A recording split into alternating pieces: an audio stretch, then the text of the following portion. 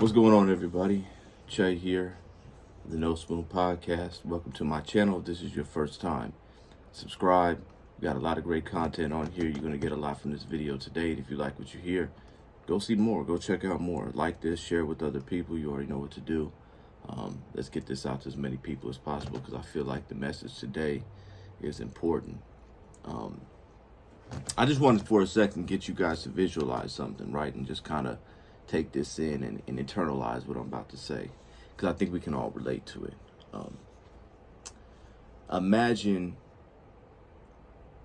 failing, right? We're all human beings. We've all failed. There's not one person amongst us that's ever lived that has never failed, right? I mean, we try to do things, we have plans to do things, and sometimes those plans just don't work out, right? And we fail. Success is a lot of times, we can count our failures more than we can count our success.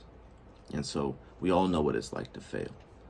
Even at a young age, by the time you're trying to walk and crawl when you're a baby, you fail. I've never seen a baby just stand up on his 2 feet and just get to walking and that was that. You know what I mean? It was a process. It was failing, falling, bumping their head, crying, all that stuff that they go through, and eventually they pick it up, right? And so, I mean, if you don't do that, you're crawling for the rest of your life, right? If you don't go through the bumps and bruises that it takes to crawl and then to walk as a child, you'd be crawling the rest of your life. And we don't see a bunch of adults crawling around. Most adults are walking. So we all know what it's like to fail. But imagine repeatedly failing, right? Repeatedly failing over and over and over again, committing the same mistakes over and over and over again. And it just seems like you cannot win for losing, right? Like every time you try to do something, you lose. Every time you try to accomplish something, you fail. And so what's going to end up happening is that you're going to get discouraged, right? First and foremost, you're going to get discouraged. You're going to feel like, what's the point of even trying anymore? What's the point of even, taking on any type of task? And then after you get discouraged, right, what's going to happen next is that you're going to get disheartened, right? You're going to start to lose hope. Like you're going to feel like there's no point in making a plan. There's no point in making any goals. You're going to get disheartened. You're not going to even try. You're going to put half effort into things because you're going to start thinking, what's the use? And then after you get disheartened, right, you're going to start to doubt. You're going to doubt yourself. You're going to start, it's not going to just be in that particular thing that you're trying to do that you keep failing in. It's going to be in everything, right? You're going to start saying, well, if I'm a failure at this, then I'm a failure at that. And what's the point of trying this new thing? What's the point of trying this new relationship? What's the point of trying this new faith, this new walk, everything that I'm trying to do? What's the point of working out? What's the point of eating right? What's the point? What's the point? What's the point? I'm the common denominator. I'm starting to lose doubt. I'm starting to have doubt in myself and lose hope in myself, right? Then after the doubt comes the delusion. And I say it's delusion is because we start to believe things that we don't necessarily have evidence for, right? We start to just have hypothetical failures.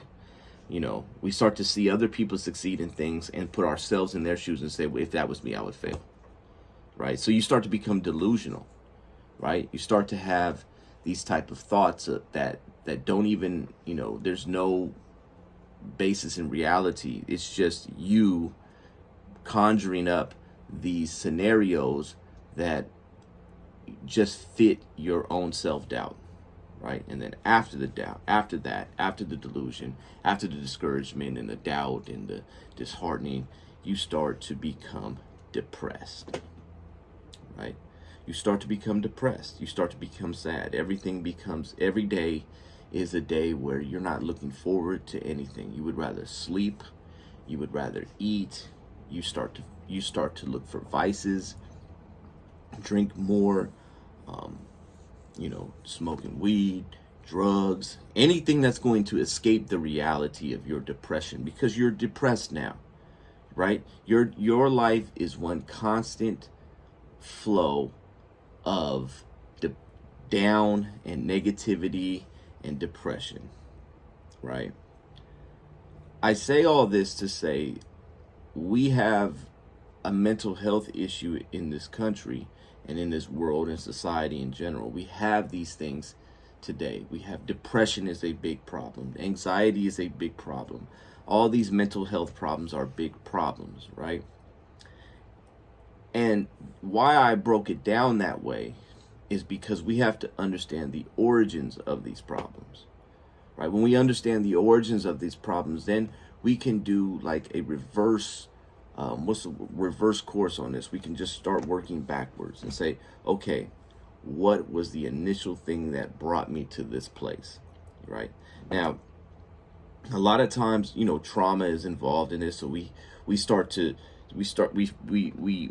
deal with traumatic experiences that cause us to become discouraged, that cause us to become disheartened, that cause us to doubt, cause us to be delusional, and cause us to be depressed. We go through that same cycle based on a traumatic experience. But we have to realize something, man. Trauma, adversity is part of life, right? When you got to think about a little kid, right? A toddler, just like I gave the analogy of a baby trying to learn to crawl and then learn to walk, right? They don't know any other trauma. Like, they don't understand the trauma of losing a loved one. They don't understand the trauma of being abused. They don't understand the trauma of a natural disaster or anything like that, or being in financial despair. Those things are foreign to them. They wouldn't even understand it if you explained it to them, right? Because they don't have the comprehension and the cognitive skills to understand those things, right? So to them, traumatic events are relegated to very simple things that us as adults are not traumatic. Falling for the first time when you're trying to walk is a traumatic event to a child, right? A dog barking, a loud noise or something like that is traumatic to a child. Not being able to have another scoop of ice cream or candy is traumatic to a child. They don't have the ability or the capability to reason with those things. So falling down for a child is a traumatic experience, just as equally traumatic based on the context, right? Just in magnitude at the time based on the context, is equally traumatic as some of the things that we find traumatic as adults. However, we overcome them. However, the child knows that in order for me to be able to stand on my feet and walk, I have to put that in the past and keep moving forward. What happens though is when we become adults, we hold on to these traumatic experiences. We hold on to these traumas, and then we let these traumas shape us, right? And that's how we start to go down that, the snowball effect that I just laid out of, discouragement and delusion and doubt and disheartening and depression. I believe that the number one reason why we are depressed in this country, why we have mental health issues in this country, is because we do not teach people to overcome their problems. We do not teach people that you can overcome your emotions. We believe that our emotions are permanent. You ever heard people say, like, you make me angry, that makes me sad, right? That makes me depressed. That's not true. That's a lie. You make yourself. You choose. Yes, things can happen that are sad. Yes, things that happen that can make you angry, right? But you choose what you do with that emotion. Do you hold on to that emotion? Do you harbor it? Do you foster it? Do you add gasoline to it and fan the flame so it can grow, bigger? Or do you put it out? Do you contextualize it? Do you look at, okay, that happened, right? That happened. There's nothing I can do about it. I understand where I could take some responsibility in it. And if I can't, then I can't. There's nothing I can do about it. But I cannot allow that to continue to dictate my life moving forward. That's the logical approach to this. But yet, we don't do that.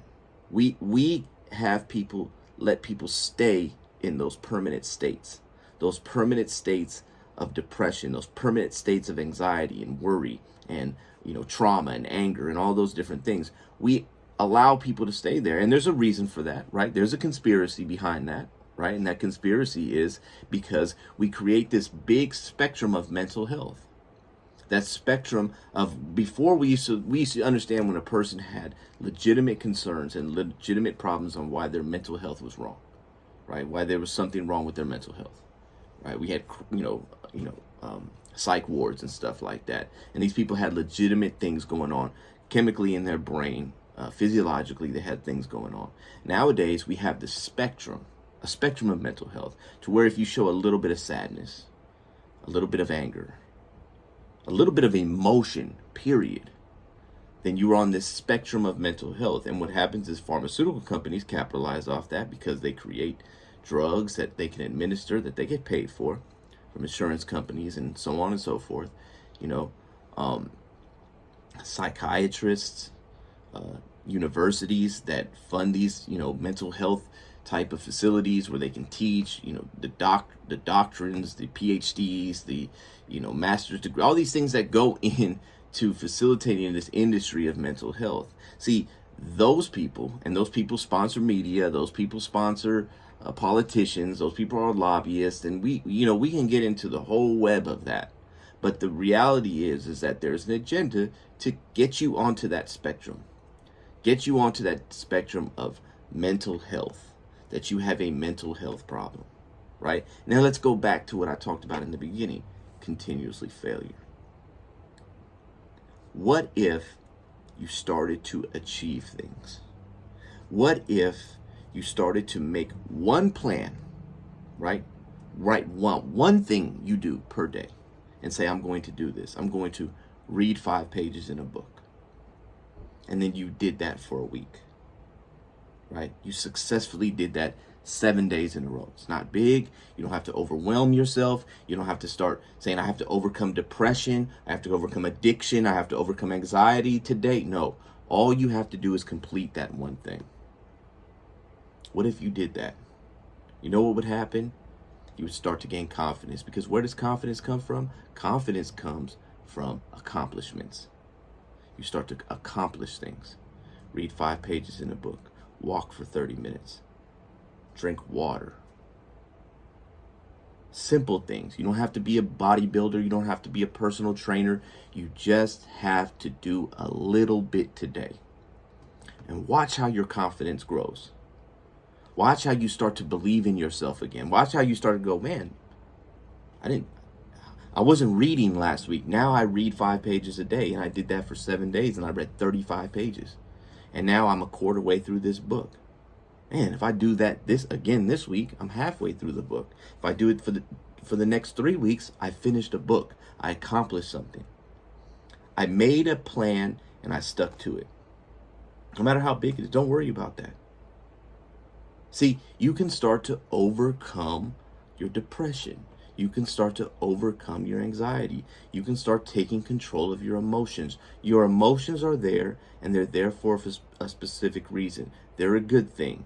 But just like everything else, if let to get out of control, they become bad and they start to take over your life. Let's start with one thing. One thing. Write it down. The night before you go to sleep, write it down. Think about it before you go to sleep. Okay, I'm going to read this. Can't wait. And then you start to build up this momentum in your brain. That's one of the things, like working out. Like, a lot of people have a hard time working out. The things that get me to work out, motivated to get up at 5 in the morning to go work out, is that I'm already thinking about it the day before. I'm already looking forward to what I'm going to do. If it's arm day, if it's shoulder day, or whatever that day is, leg day, I'm thinking about the workout that I'm going to do, and I'm start to get excited for it. I can't wait to do this. I'm going to do this amount of weight. I'm going to do this. And you start to get excited for it. Start doing that. Dwelling on that, meditate on that. Stop talking about the traumatic things of the past. That's why in the Bible it tells us to meditate on those things that are good. Meditate on those. Don't meditate on the past. Don't meditate on negative stuff. It's not going to help you. Meditate on that which is good. Start to do one thing today. Write it down, accomplish it, scratch it off your list, and move on to the next thing. Don't add any more. Just do it for a week. Tell me how you feel.